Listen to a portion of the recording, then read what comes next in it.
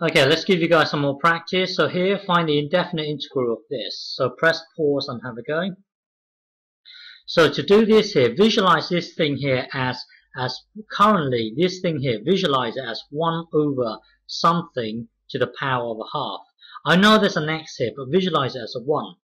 Because later on we're going to use a chain rule on this. And when you apply the chain rule, here, this x here will magically appear. But for the time being, let's just visualize this whole thing. It will make sense later on. Okay, I know it's kind of weird ignoring that x, but ignore this x for the time being. So visualize this thing here as this thing here. Well, this thing here is the same as something to the power of minus a half. So we want to create something where when we differentiate it, it will give us this. So our initial guess should be something to the power of positive a half. This here should be our initial guess. You see, when you differentiate this here, it will give you 1 over 2 and then something to the power of minus a half. And this something to the power of minus a half here is what we wanted all along here. Okay, so our initial guess should be something to the power of a half. Okay, so hang on. So our initial guess should be something to the power of positive a half. So our initial guess, let's make this to be 5 plus 3x squared.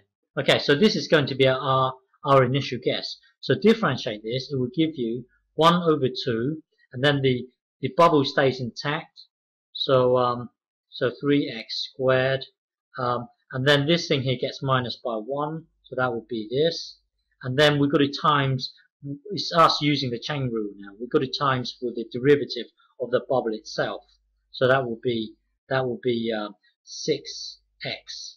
Okay, so currently at the moment you've got this block times this block here times this block here. So if we tidy this up, this will be a half times well, if you think about it, it will actually be something like this: root 5 plus 3x squared, and then 6x here. Okay, so this gets multiplied to the top. So hang on, this gets multiplied to the top. So that will be, hang on, 6x at the top, 6x here, and then the 2 gets moved. Well, the 2 gets moved to the bottom here. So that will give you this. Okay, notice that the x here magically appeared. Okay, because of the chain rule here. Well, anyway, cancel this out. So this will become 3. Hang on. This will become 3 here. So now we just need to make the adjustment here. You see, when you differentiate this here, it will give you this, but you don't want this 3 here. So make the adjustment. If you do this here, you would kill off this 3.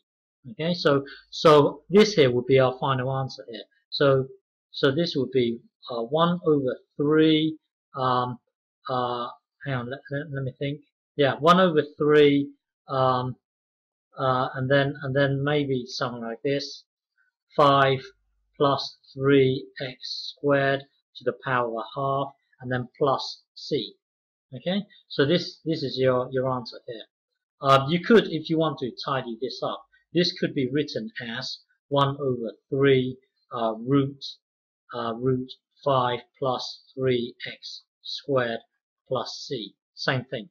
Okay. Anyway, next one here. So press pause and have a go here. Okay, so visualize this here as well. Visualize this. Well, let's just concentrate on this bit here. This is currently to the power of a half here. Okay, so we want. I know there's a 4x here, but later on when you use a chain rule on this bit here, this thing here will magically appear. It will make sense later on. So visualize this thing as this. So we want something that would differentiate to this. So our initial guess should be 1. The power should be 1 more than this. So our initial guess should be this. So our initial guess should be this. But then if you differentiate this, it will give you 3 over 2 and then something to the power of well, this here gets minus by 1. So this is pretty close. This will then give us this here. But don't forget the chain rule will give us this later on. The point I'm trying to make here is that this here should be our initial guess. Our initial guess should be something to the power of 3 over 2. So our initial guess should be something to the power of 3 over 2. So let's make our initial guess to be x to the power x to the power 2 plus 2 here. This here should be our initial guess. So differentiate it, it will give you 3 over 2 x squared plus 2, and then this gets minus by 1. So that will give you a half here, and then we've got to times with the derivative of the bubble itself. That's a chain rule. So that will then give you this. Okay. So you see this bit here will give us this later on. So this should be our initial guess. When we differentiate it, it will give us this. So let's just tidy this up.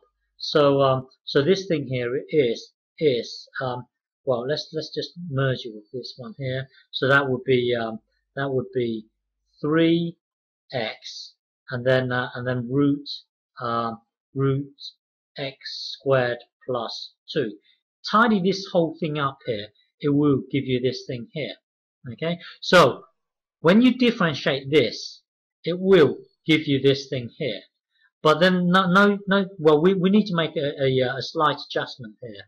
So let's negate the 3 first. So if we have a third here, that would kill off that 3. But we want the 4. So times 4.